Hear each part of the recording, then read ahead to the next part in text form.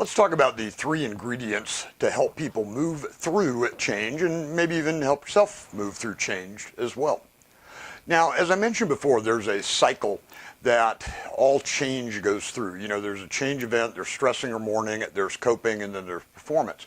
Now, the reason that becomes important and the reason we need to think about these solutions to helping people work with change is because when we're in that stressing mourning cycle, the one thing that really drops is individual and team performance.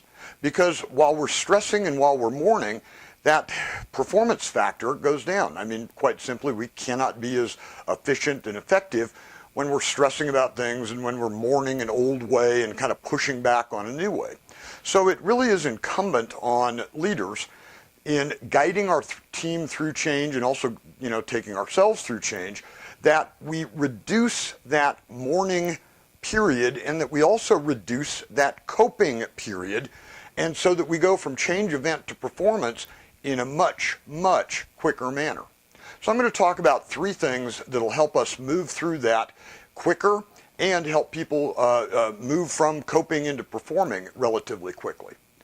First of all is, kind of the most obvious one, but it's sometimes the most overlooked one. Let's tell people that it's coming.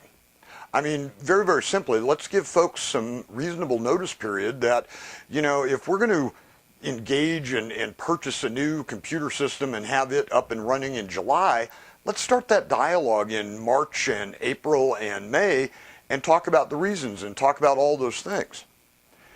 The other piece, in addition to providing plenty of warning, the other thing I'd like to add to that too is let's go out of our way when we talk to people about what's in it for them.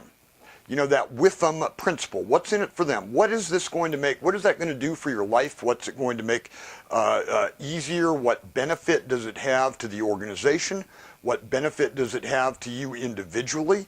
Are you going to be more productive? Is there less downtime? Is it going to be easier for you to operate? All of those things we need to go out of our way and clearly articulate. The next couple of items are also pretty clear, but also kind of often overlooked. Prior to a change event, let's make sure that we get input from team members about what they need. What do they want to see? What is the real issue? Prior to, in most cases, prior to the change event, let's hear what they have to say about it. Let's get their input on a proposed solution path. Let's talk to them about potential unintended consequences that we didn't see, rather than doing that post-implementation. Seeking their input then will turn a lot of those team members from being resistant to change into actually being change stakeholders for you. And then the final ingredient that is really important throughout the change, whether it's prior to change, the change event itself, or immediately after a change event, is the frequency of communication.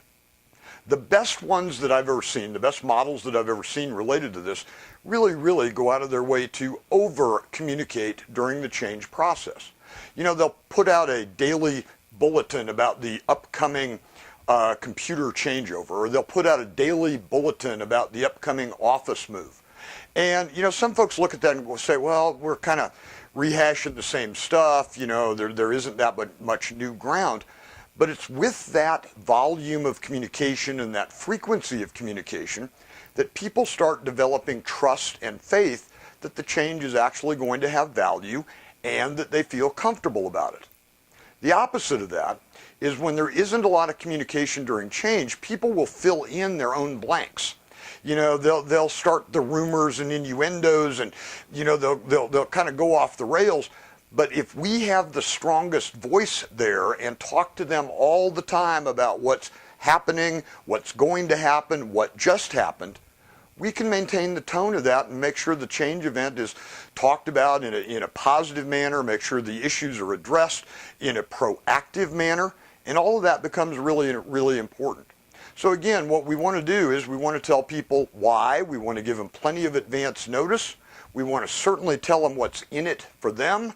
We want to seek their input prior to or immediately before the change. And then throughout the process, we really want to over-communicate to gain their comfort and gain their trust in the process.